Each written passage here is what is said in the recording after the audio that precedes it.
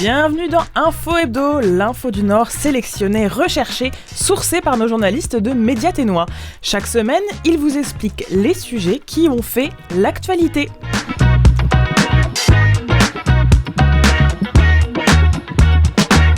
C'est parti pour une nouvelle émission d'Info Hebdo. Aujourd'hui, je suis entourée de 4 journalistes de Média Ténois par ordre alphabétique. Nelly Guidici, Denis Laure, Cristiano Pereira et Élodie Roy. Bonjour à tous les 4. Bonjour. Bonjour tout le monde. Au programme de notre épisode d'Info Hebdo, le Nord dans les discussions à Ottawa et à l'Assemblée législative, un forum international à Yellowknife, un avant-goût de la 28e édition des Jeux de l'Arctique et enfin un 80e anniversaire qui ne passera pas inaperçu. On commence avec toi, Cristiano. Tu as suivi depuis Yellowknife le séjour politique de notre Premier ministre R.J. Simpson à Ottawa et également l'ouverture de la nouvelle session de l'Assemblée législative. Alors, quel est le fil conducteur entre le message de notre élu porté à Ottawa et ce qu'il a dit quelques jours plus tard à l'Assemblée législative ? Oui, bonjour à tout le monde. Il y a quand même des points communs dans les discours qu'il a eus. Donc, dans les deux cas, le Premier ministre, il part un peu du même constat. C'est le contexte mondial est devenu plus instable et donc cette instabilité place le Nord dans une position stratégique nouvelle, on peut dire ça. Donc à Ottawa, il a eu plusieurs réunions, il a plusieurs fois insisté sur le fait que la souveraineté arctique ne se joue pas que dans les cartes, dans les papiers, mais c'est important de la sentir aussi dans la réalité quotidienne des communautés nordiques. Hier après-midi, à l'Assemblée législative, il a un peu repris cette idée en disant que cette attention nouvelle envers le Nord, selon lui, représente une occasion, mais seulement si elle se traduit par des changements concrets. Voilà. Et justement, si on parle d'actions concrètes, qu'est-ce qu'il voudrait voir avancer dès maintenant ? Oui, le Premier ministre revient constamment sur les infrastructures comme point de départ. Donc à Ottawa, il a parlé des grands projets comme l'autoroute de la vallée de Mackenzie, le corridor économique et sécuritaire de l'Arctique. Et il le relie directement dans un jeu de sécurité et de souveraineté. Hier, ici à l'Assemblée, il a replacé ce projet dans un contexte économique plus fragile, maintenant marqué aussi par la fermeture du champ pétrolier de Northern Wales et sur une certaine incertitude aussi dans le secteur des mines de diamants.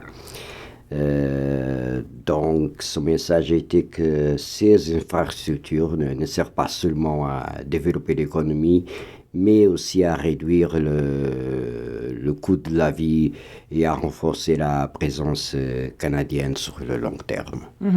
Et pour les citoyennes, les citoyens, qu'est-ce qui est vraiment en jeu derrière ces discussions ? Oui, alors, pour le Premier ministre, les grandes orientations doivent améliorer la vie des gens sur le terrain, que ce soit à Ottawa ou à l'Assemblée législative.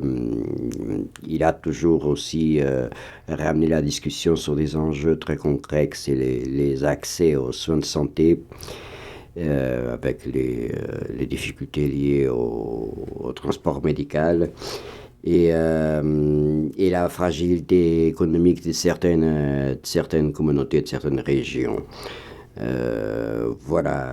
a toujours insisté sur le fait que la souveraineté et la sécurité passent par des communautés fortes, on peut dire ça, qui seront capables de participer directement aux décisions et de bénéficier directement de l'investissement, tu vois. Notamment, on parle des communautés autochtones et les plus petites communautés locales. Merci beaucoup, Cristiano. Merci de suivre ça pour nous. C'est pas forcément toujours simple, mais merci beaucoup. Merci. Du 9 au 11 février prochain, le Collège nordique de Yellowknife sera l'hôte du tout premier forum international sur la préservation et la promotion des langues autochtones et minoritaires dans le Nord. Alors Denis, tu as consacré l'un de tes épisodes de cette semaine de Territoire d'Info à ce sujet et tu vas nous en parler un peu plus en détail ici et maintenant. Alors ce serait le premier événement du genre consacré à ce thème ? Oui, dans le cadre de Territoire d'Info, j'ai fait une entrevue avec la directrice de l'éducation et de la formation du Collège nordique, Rosie Benning, qui est aussi la porte-parole de l'événement, qui est elle-même une polyglotte accomplie. Je pense qu'elle a un niveau intermédiaire en clitchon. Alors, selon Rosie, oui, c'est une première. Elle n'a pas fait de recherche exhaustive, mais à sa connaissance, il n'y a aucun événement avec un cadre géographique qui est celui assez large du Nord, qui inclut à la fois des langues autochtones, mais aussi des langues minoritaires comme le français, le gallois ou l'islandais. D'ailleurs, je me demande si on ne pourrait pas dire que l'islandais, c'est une langue autochtone. Je rouvre le débat à dire qu'il y a des choses autochtones qui sont peut-être pas juste en Amérique du Nord. Enfin, donc, ça serait une première et ça s'est fait très vite. Je pense qu'il y a eu moins de 20 jours entre l'annonce de l'événement et l'événement lui-même. Les organisateurs, donc le Collège nordique, ont été surpris d'obtenir aussi rapidement du financement. Et puis ensuite, les gens qu'ils ont approchés se sont généralement montrés vraiment favorables et disponibles.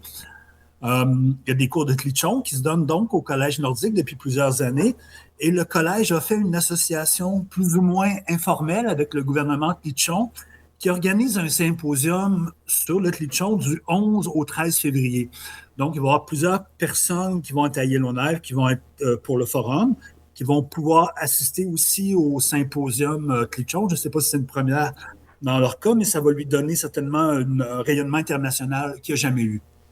Est-ce que tu peux nous donner un petit aperçu du contenu ? J'ai pas eu le programme exhaustif, mais je sais qu'essentiellement, c'est des présentations et des tables rondes, sur les enjeux de la revitalisation linguistique, les modèles de transmission intergénérationnelle, beaucoup aussi l'utilisation des technologies pour la revitalisation, comme l'intelligence artificielle. Une des idées, c'est que les pays, les différentes communautés linguistiques puissent échanger leurs meilleures pratiques entre ce qui se fait chez eux et ailleurs. Il y a aussi, on le souligne, des événements culturels, par exemple de la danse avec une famille de Cambridge Bay, la présence de Paul Andrew, qui est un aîné des territoires du Nord-Ouest, qui va faire, entre autres, une chanson. Rosie Benning a souligné que la culture et la langue, c'est des choses indissociables. Et alors, si je comprends bien, le forum se veut l'événement fondateur d'un réseau international qui se consacrerait à la préservation et à la promotion des langues autochtones et minoritaires dans le Nord. Oui, en fait, pour être plus précis, selon ce que m'a raconté Rosie Benning, le directeur du Collège nordique, Patrick Arsenault, s'est rendu l'an dernier à l'Assemblée générale annuelle de l'Université de l'Arctique avec une prof de clitchon du Collège nordique, Camilla Zoé Chocolat, pour sonder l'intérêt des gens sur la fondation d'un réseau comme ça. Alors, il y a plusieurs personnes à ce moment-là qui ont manifesté leur intérêt dans des discussions formelles. Et ces discussions-là vont se poursuivre à Yellowknife avec notamment Rosie et Denezi Nakeko, et si je m'excuse de mon accent, qui fait partie du Conseil du savoir autochtone du Collège Aurora. Je sais qu'il y a une volonté de s'associer avec l'Université de l'Arctique dans ce projet de réseau international-là. Alors voilà. Merci Denis. Donc à vos agendas et notez bien les dates du forum du 9 au 11 février prochain. Et comme je le répète chaque semaine, on peut évidemment retrouver tous tes sujets agrémentés d'interviews dans ton émission Territoire d'Info, à retrouver sur notre site internet mediatenois.ca, je vais y arriver aujourd'hui, et sur toutes les plateformes d'écoute. Direction l'Arctique maintenant avec toi Nelly. Dans moins d'un mois maintenant aura lieu la 28e édition des Jeux d'hiver de l'Arctique à Whitehorse du 8 au 15 mars. Rappelez-vous, la dernière édition s'était déroulée en Alaska, dans la vallée Matsu, en mars 2024. Alors Nelly, est-ce que tu peux nous rappeler ce que sont les Jeux de l'hiver de l'Arctique ? Alors, comme son nom l'indique, ce sont des jeux qui ont lieu en hiver, mais c'est surtout une compétition multisport et internationale qui réunit vraiment des équipes de l'Arctique circumpolaire.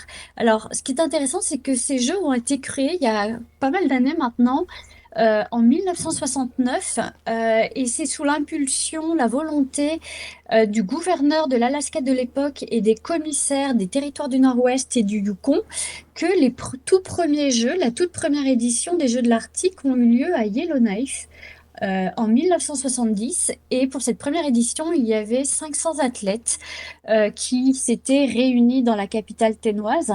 Alors, cette année à Whitehorse, on attend un peu plus d'athlètes, aux environs de 2000, qui sont attendus dans la capitale yukonnaise, en plus de tous les accompagnateurs des délégations culturelles. Donc, on s'attend à avoir pas mal de monde pour cette édition à Whitehorse.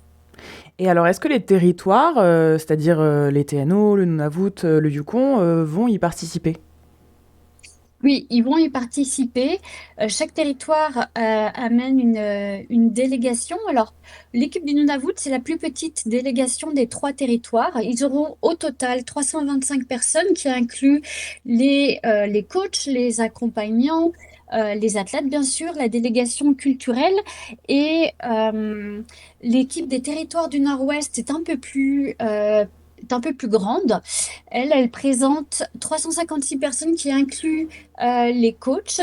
Et j'ai eu l'occasion d'en discuter avec Rita Mercredi, qui est la chef de la délégation des territoires du Nord-Ouest. Et elle m'a indiqué que vraiment les Jeux, participer aux Jeux d'hiver de l'Arctique pour la délégation des territoires du Nord-Ouest, c'est vraiment une occasion unique de célébrer la fierté nordique, l'excellence sportive, la culture des territoires du Nord-Ouest qui peuvent exprimer fièrement sur une scène internationale, puisque, comme je l'ai dit tout à l'heure, c'est des équipes de l'Arctique Circumpolaire qui vont se réunir à Whitehorse. Et puis l'équipe du Yukon, c'est la plus grande délégation des 3 territoires qui, elle, a 328 athlètes. Donc là, on ne compte pas du tout les coachs, ni les accompagnants, ni même les délégations culturelles.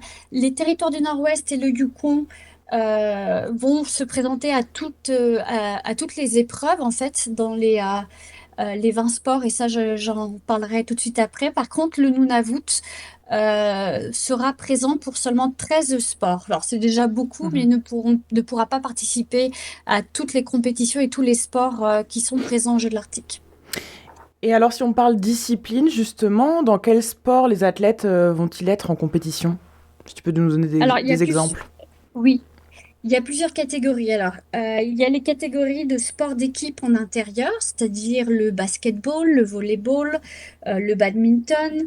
Il y a aussi des compétitions en lutte, en tir à l'arc.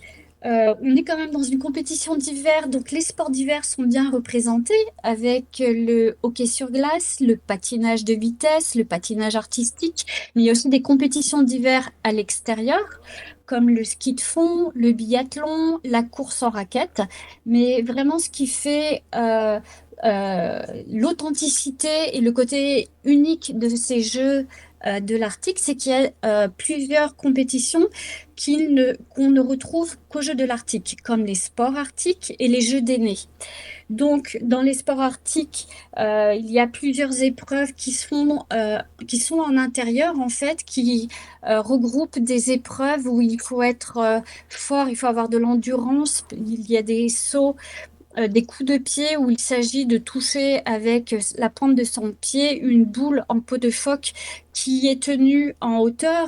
Il y a plusieurs autres compétitions, j'y reviendrai plus tard dans le mois de février, quand je présenterai plus les différentes épreuves des Jeux. Et les Jeux d'aînés, vous connaissez vous aussi, à Yellowknife, les Jeux d'aînés, c'est vraiment les sports arctiques et Jeux d'aînés qui font la particularité des Jeux de l'Arctique. On retrouve uniquement dans le Nord et dans ces Jeux ce type de compétition, de sport typique de l'Arctique circumpolaire.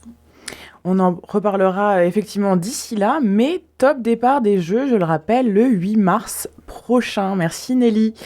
On conclut cette émission avec un anniversaire important, du moins pour les habitantes de Yellowknife, amateurs de poterie, mosaïque, vitraux et autres créations artistiques.